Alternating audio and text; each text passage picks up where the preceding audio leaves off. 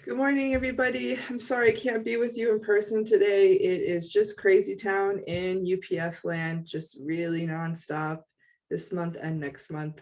But I really wanted to make sure that we had a session today and we had a chance to read these recent words from Mother, especially because we missed last week, but also, any chance we have to read a recent memo from Mother, I think is so important for us to be able to tap in as soon as possible to what's on Mother's heart and what's on Mother's mind. And this message is from her speaking in Busan church to the leaders there. And, Mother's messages these days, if you've noticed, have been becoming more stern and more urgent. And you can feel the seriousness of Mother's heart right now. And even everything that happened with Prime Minister Abe, there's something happening in spirit world that we have to be very sensitive during this time and as aligned as possible internally so we can understand everything that's happening. Recently Mother asked all of us to participate in a 40-day prayer condition in preparation for Father's 10th Songhwa anniversary. And so part of that memo was, yes, we need to do outreach, Christian minister contacts, witnessing, but there's also space in that memo that says to reach out to distant members, to distant second generation. And as we know, that has come up a lot in Mother's speeches. It's really on Mother's heart. And so it makes space for us to reach out to our friends, those who have been distant, and try to, crack open that door for people to begin to walk in again and see what's happening. And the heart behind this, the theme of that memo for the prayer condition was let us meet true Father. And I have this, the sense that the energy behind that is like, let's meet Father together for his Songhwa. Let's walk together. Let's do the work together, heal and grow and talk so we can come to the Songhwa and attend together, internally and externally. And at the same time, I have this feeling that, Mother is feeling the urgency of the time and something is shaking up in heaven. And thinking about Father's Songhwa, original Songhwa, where no major world leaders attended in person. Even on the UPF side, the energy around this Songhwa changed recently, and people started taking it much more seriously. The level of programming and invites of VIPs went up drastically once we started talking about Father Songhwa. And so I feel like this is a chance to really restore what didn't happen with Father's first Songhwa, is really greet Father with world leaders who respect him and stand with him. So it's an important time we're in right now. And Mother's words to these leaders are very important, very serious about, what needs to happen now. So she starts with, can I use my glasses? Yes. What do you think? And everybody claps. And then she puts her glasses on in the video. Beloved, blessed families and members of our unification movement across the world. We are living in an era in which Heavenly Parents' dream is being realized. Due to True Parents' endeavors, Chunwon-gung's Chunil Sanctum, where we can directly commune with and attend Heavenly Parent, will be dedicated in May next year. We cannot imagine how much good people around the world have longed until now to greet this day within God's protection and love. This one day when the providence of Chunil Sanctum will begin. So Mother over and over is mentioning the opening of this building, and it's very important to her.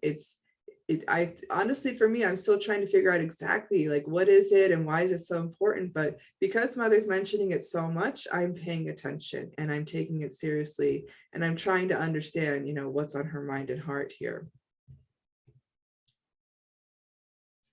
And more so because of that, Heavenly Parent will continue to build up Cheongguk in order to fulfill his dream on earth with his children, especially while true parents are still on earth. And also this is something Mother keeps mentioning, while they're still on earth. It's like she's hinting to us that there's only so much time left while I'm here on earth. So let's take it seriously. And she's explaining here that the Chunil Sanctum kind of kicks off the ability for Heavenly Parent to continue to build up Cheongguk even more significantly. Heavenly Parent created the natural world of all things in heaven and earth for his beloved children and blessed it to exist eternally. However, throughout our history following the fall, amid ignorance and pain, it has seen great destruction at the hands of humankind. As a result, climate change is causing harm in all sorts of ways. And Mother is I mean, it's kind of refreshing that True Mother talks about climate change and talks about the earth and the environment, which can be kind of contrary to some of our members, right, who maybe don't believe in climate change or don't think it's very serious. But this is the heart of a mother, to take care of Mother Earth, right, to see the reality and be able to see off in the distance, if we're not doing something right now to take care of our Earth, we're going to lose it in the future. So we have to take it seriously. If we continue in this manner, humanity will not have a future. That is, if our planet Earth doesn't have a future, then humanity won't either. We are now at the point where the blessed families of the worldwide unification movement, together with true parents on Earth, must solve all these difficult problems directly before it's too late.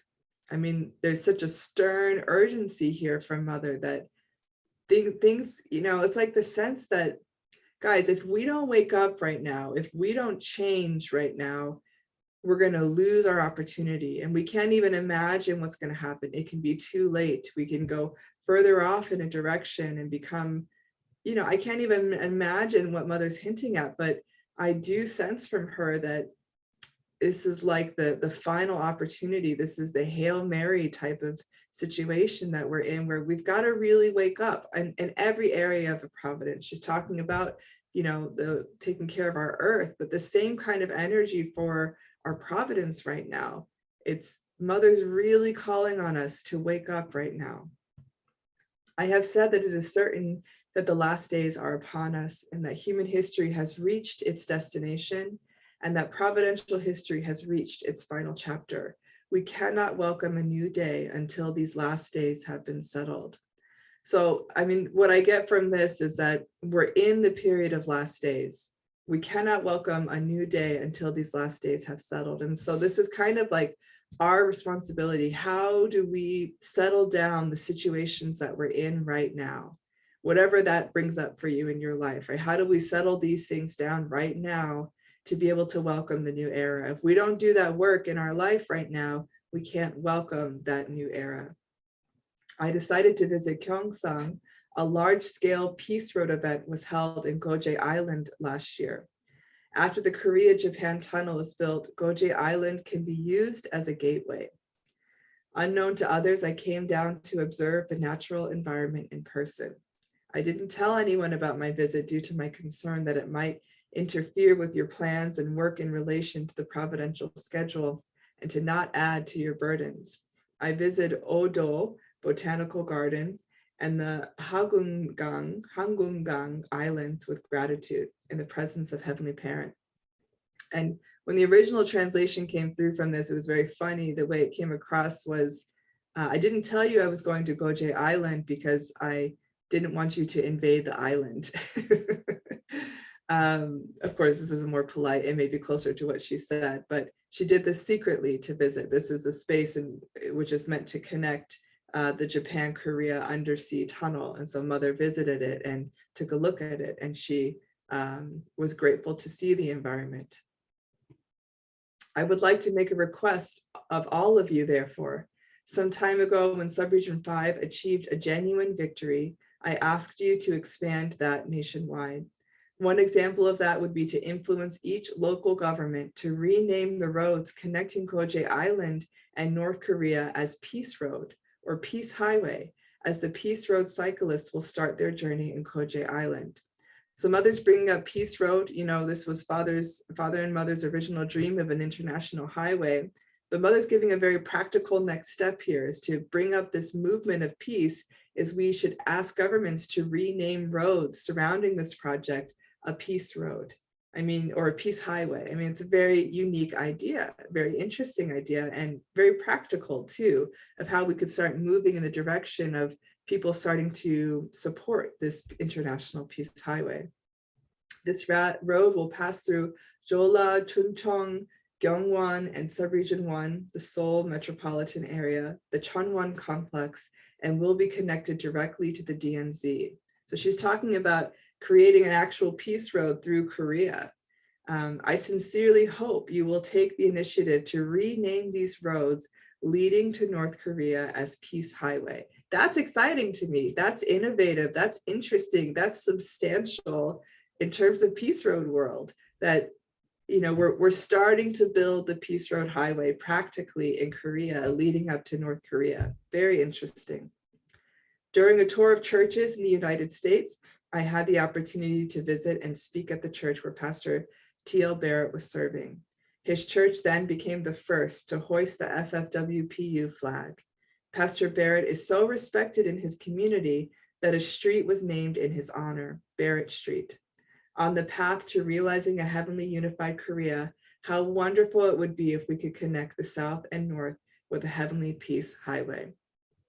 I mean, it's interesting. She's bringing up Pastor Barrett, whom they have a very deep, loving personal relationship. Pastor Barrett still really loves mother and father so much. And again, he was the first Christian pastor to, you know, proudly display the family fed flag. But she's referencing that he is so beloved, he has the Barrett Street named after him. And so we should follow his example. You must also have big dreams. It is up to you to educate this nation so that its people can fulfill and see the completion of their responsibility. There are many different religions, but the final destination for all of them is to meet true parents on earth. In so doing, they can fulfill their purpose and their dream. In order to stand before the Creator, our Heavenly Parent, as His children, fallen people must receive true parents' blessing that gives rebirth. Is that clear to you? So she's really clearly outlining how important it is, this time we're living in, this point in history where everything is coming together. And, you know, I've been thinking about this idea, how important are true parents and what do they mean? And the sense I'm getting is like, you know, it's not because true parents are better than anybody, but it's because we never had true parents from the beginning. We never had Adam and Eve. And so we've never experienced the conduit of a true heavenly parent's love manifested on earth. And that's the starting point for change. Our own connection, personal relationship with true parents is how we can receive rebirth. You know, I've been also reflecting on how some are having trouble connecting with mother, and sometimes our American providence is really leaning towards masculine energy these days. But I realized that the only way to really understand why true mother is important in this time period is to build a personal relationship with her, to almost experience the rebirth through the mother figure. And, you know, I don't want to sound like too out there in the clouds, but I think that's really important. The men who have experienced that personal artistic relationship with mother, there is a balance about them. It's like a holy balance about them for them to be able to understand both the masculine and feminine. And I think the same is true for women. Those of us who can have a relationship with true mother and true father, it's the masculine and feminine manifestations of them, and it makes us balanced women. So we have to be careful here that we're balanced, right? That we're not leaning too much towards femininity, but that we can understand the entirety of Heavenly Parent through having a relationship with true parents. You have such a great weapon. So why can't you use it? What prevents you from tearing down the doors to Christianity? The path humankind and religion must take is to meet Heavenly Parent. Most notably, the Korean people gave birth to the true parents and protected them. It has been 72 years since the start of the Korean War, which some of you may have experienced. How was it that a global UN-backed military force could help when the Korean people were being divided into two factions fighting each other? So first of all, she gives us this weapon, you know, the blessing and true parents' presence on earth. And, you know, is asking us, why aren't we tearing down the doors to Christianity? What's holding us back? Why are we afraid? But she also starts to talk about, you know, the miracles that are taking place in the providence. And she's talking about the Korean War and thinking, you know, why would the UN come to save this tiny little nation, irrelevant nation? You know, the North invaded the South because America basically announced that South Korea wasn't part of its, you know, strategy at this time. And so North Korea took it as a cue. It's like, oh, America doesn't care about the South anymore, so it's our turn to take over. The attention was not on Korea at that time. But miraculously, you know, the whole world basically came to the defense of South Korea. Mother explains this wasn't by human power. It was Heavenly Parent providing protection. Heavenly Parents' dream is to dwell substantially in the kingdom of heaven on earth with true parents and his children. To realize this in reality is God's dream, and it is for this reason that he could not abandon fallen humanity, but carried out his providence of salvation. So it's God's protection that, allowed the UN forces to come and support Korea after the North invaded. And Mother's reminding us that, God has never given up on his dream, because his dream is to be with us, his children. And so he could not give up on us. You can never give up on your children because of true love. 2,000 years ago, through the people of Israel, he sent Jesus Christ, his only begotten Son, of whom he could say, "This is my Son." But people were living in ignorance. Even those around him didn't understand the mission of the only begotten Son. They were unaware of God's circumstances, and they did not know heaven's providence. And I want to pause here, because this is absolutely true and absolutely heartbreaking about Jesus and his mission and what it was like for him. But can we flip this and use the exact same words if we're looking back on Mother's life as the only begotten daughter? People were living in ignorance. Even our members, those around her, didn't understand the mission of the only begotten daughter. They were unaware of God's circumstances and did not know heaven's providence surrounding Mother. The same is happening right now, and it's like so important for us to dig deep, pray deep, study deep, to try to answer this so that we don't make the same mistakes that were made in the past. This is it, this is it. This is the conclusion. The other half of the Messiah has showed up. And do we understand it? Do we as a movement understand it? I don't know. There is significant indemnity when a chosen nation is unable to fulfill its responsibility. She's talking about the Israelites at this time. One such example is well known to you, isn't it? After Jesus went to the cross, the people of Israel wandered without a nation for 2,000 years.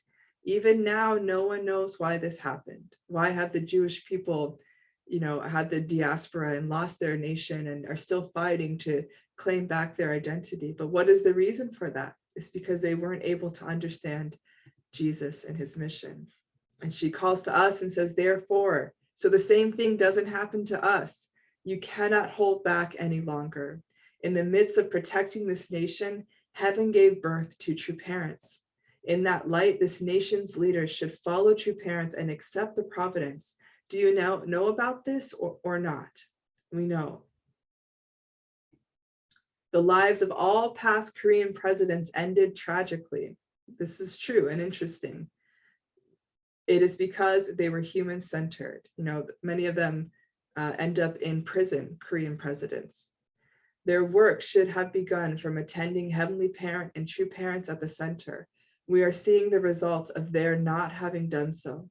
So we must not leave this new government, which is just starting out, to simply follow along. Do you understand? So she's saying the new Korean government now, it's our responsibility to help them to align with Heavenly Parent so the same disaster doesn't happen to this government that happens with all previous presidents. We can clearly see how this nation could end up paying a great deal of indemnity. She's warning the Korean leaders. Something's coming if we don't wake up right now, you guys. Can you just sit quietly? For that reason, I have asked you to educate everyone in this nation's villages and towns. Jeolla and Gyeongsang provinces are particularly at odds. These are two provinces who are at odds with each other. Why is this the case? They can make unity if they attend Heavenly Parent and true parent. Yet because of human-centered thinking, both the individual and the nation will perish. This people must attend Heavenly Parent, and this nation must fulfill its responsibility as Heavenly Parent's homeland. We have to show this to the world. She's very serious. It's like something's going to happen to Korea if Korea doesn't step up right now. Heaven has been waiting for this day for 6,000 years.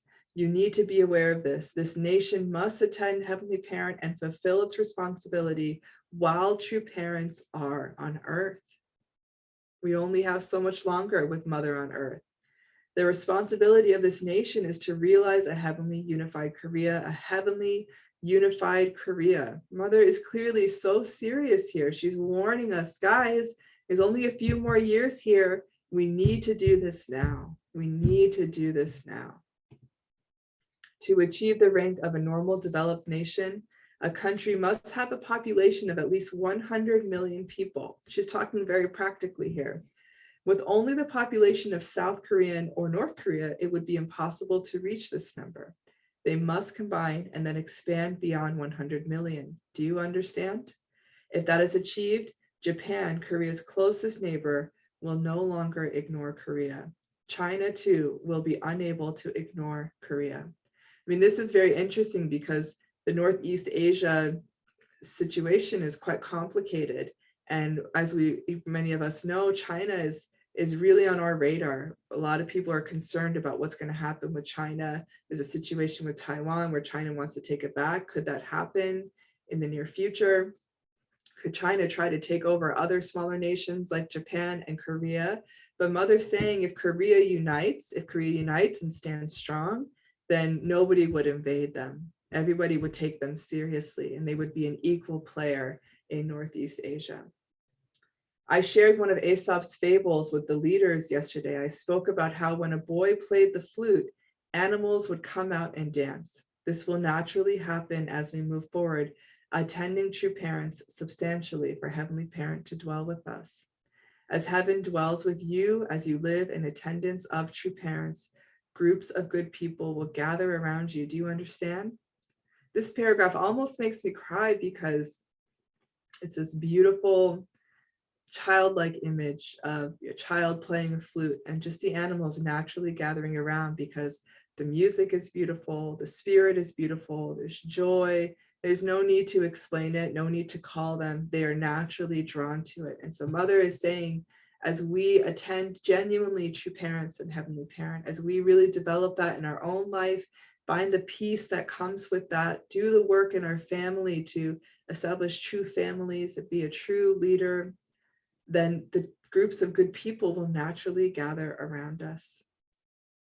It's really beautiful and comforting. And when you try to think about how to fix all the problems in our church and the world, the answer comes down to this: is play your flute, play your artistic flute, and things will happen naturally.